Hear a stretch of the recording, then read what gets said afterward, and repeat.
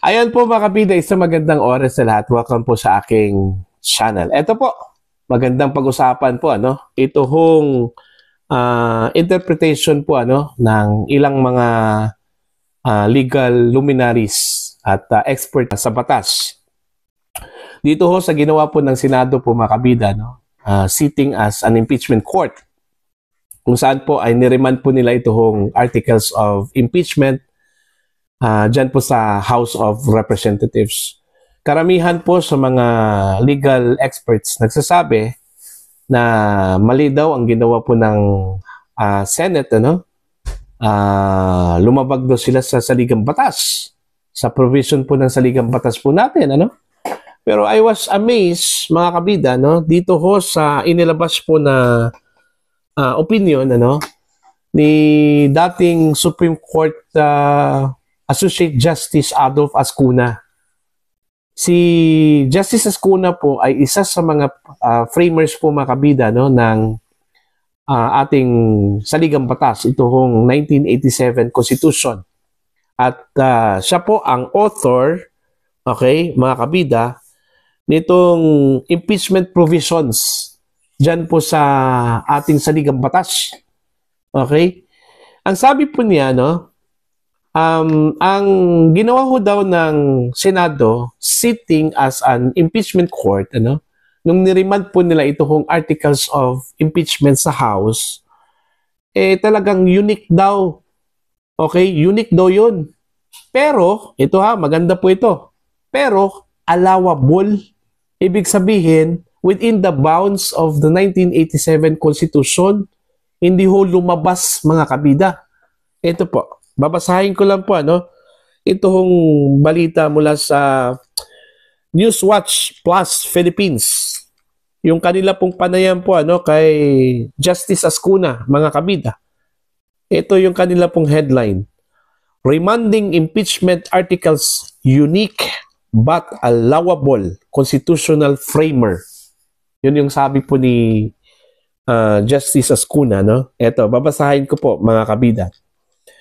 Former Supreme Court Associate Justice Adolph Ascuna, a member of the 1986 Constitutional Convention and principal author of the Charter's impeachment provisions, described the Senate decision to remand the impeachment articles against Vice President Sara Duterte to the House of Representatives as unique but allowable. Ayun.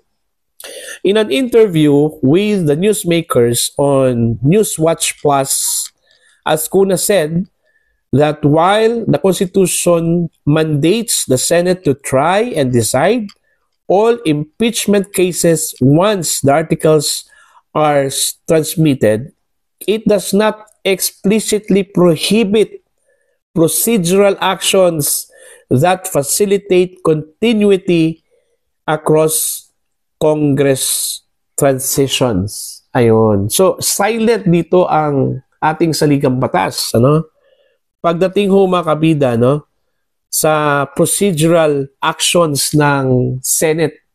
Okay? Ito, tuloy ho tayo. Sabi po ni Ascuna ho dito. It's something that has never happened before.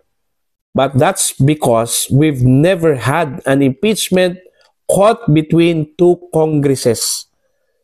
The remand is a procedural innovation, not a dismissal, to ensure a smooth crossover from the 19th to the 20th Congress, Ascuna said.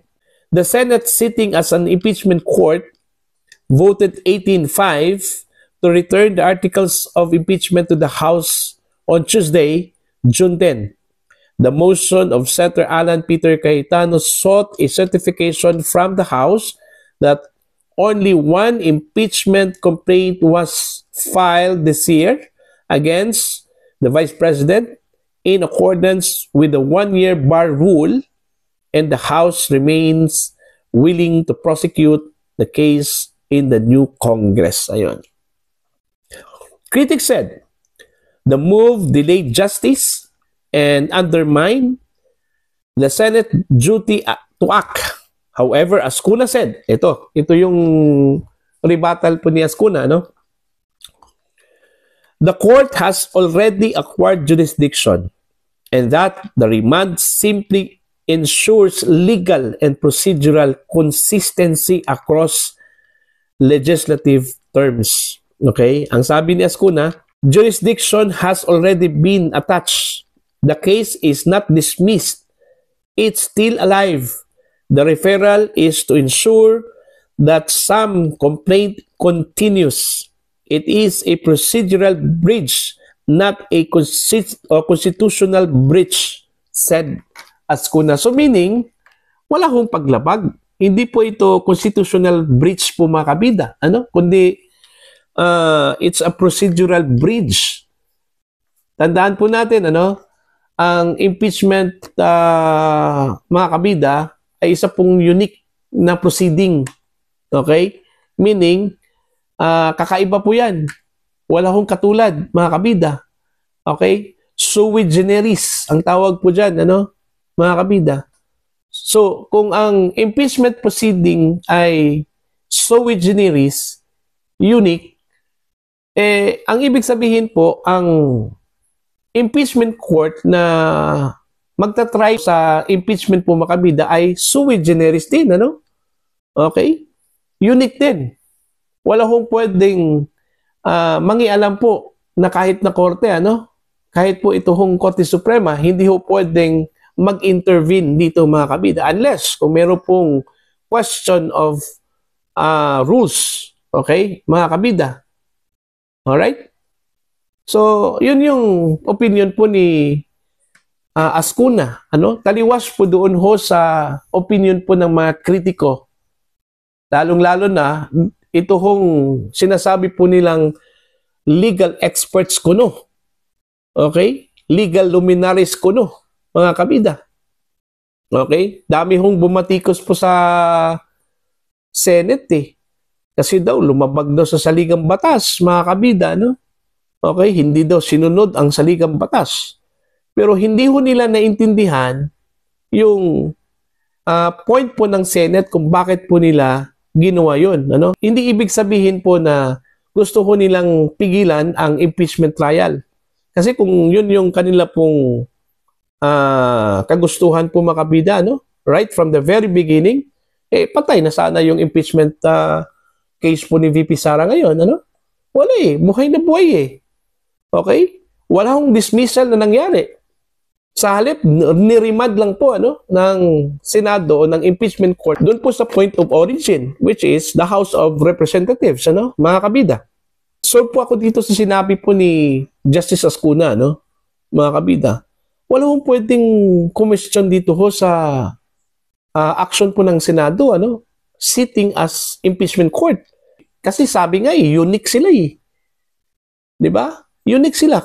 Meaning, pag unique, may mga bagay na hindi po usual na mangyayari po sa mga ordinary at regular courts, Okay? Kasi unique kakaiba Ito hong pag-remand po ng impeachment court ng articles of impeachment doon po sa House ay isa pong unique action po yan. Okay? Wala hong pwedeng question dyan mga kabida. Alright? Kahit na Korte Suprema, hindi ho pwedeng pakialaman yan. Kasi sole judge, okay, ang Senate bilang impeachment court. At halos lahat po nagkaisa ho sila na mali ang ginawa po ng Senado bilang impeachment court. Lumabag po sila sa saligang batas, mga kabida. Pero hindi ho nila alam yung point po ng Senate. Kasi ang mga kritiko kasi mga kabida, ang nasa isip po nila, talagang ipupurso talaga ito hong impeachment trial Di ba? Kumbaga, blinded na po sila dun ho sa reasoning, Doon sa reasoning po na ang ginawa po ng impeachment court mga kabida ay iwasan lang po yung posibleng constitutional crisis na mangyayari. Alright? Tama yung sinabi po ni Justice Ascuna. Gusto lang po ng Senado na magkaroon po ng smooth continuity mga kabida, no? Ng proceedings from the 19th Congress to the 20th Congress. Ano? Eto, patuloy po tayo. Ano? He also clarified that remanding the articles was not a decision under the Constitution's try and decide clause, and therefore not equivalent to dismissing the case. He also rejected claims that the Senate overstepped its authority by asking the House to reattest its willingness to prosecute. Rather, he said, the move was a formality to prevent legal ambiguity. Yun yung sinabi ko po kanina eh. Gusto kong iwasan po ng impeachment court yung constitutional crisis. Ano? Baka magkaroon po ng clash between the impeachment court and the Supreme Court, ano? Mga kabida. As what happened if the House declined to return the articles, as Kuna said, it would raise serious constitutional concerns. Ano? Ito yung sinabi po ni Ascuna. They have already adopted the articles. Their role now is to prosecute. Failing to do so may be seen as abandoning the duty under the accountability mechanisms of the Constitution. Ascuna also pointed to a key provision he himself added to the 1987 Constitution, Article 11, Section 3, Paragraph 10, which grants Congress the power to adopt its rules for implementing impeachment procedures. Ano? That section empowers the Senate to create mechanisms, even novel ones like this, to ensure the process works. Ayon. Ascuna added that the 19th Congress had substantially fulfilled its duty by constituting the impeachment court and paving the way for the 20th Congress to take over. Ayan. So yan po mga kabida. Ito hong si Ascuna, considered na po itong legal luminary po ngayon. Parang equivalent po itong mga kabida ngayon ni dating legal luminary na si Father Joaquin Bernas, ano? Ng Ateneo de Manila University po mga kabida. No? So yun po. Sana po naintindihan po ninyo mga kabida. Ito hong paliwanag po ni former Supreme Court Associate Justice Adolf Ascuna patungkol ho dito sa very controversial ho na pag-remand po ng impeachment court ng articles of impeachment po mga kabida, no? Diyan po sa Kamara de Representantes. Okay? Para po sa inyong komento at opinion, pananaw, please comment down. Sa mga hindi pa po subscribers sa akin channel, please subscribe. Just click the subscribe button, click the notification bell, click all para updated po kayo mga kabida sa aking mga uploads. Maraming salamat po sa inyo lahat.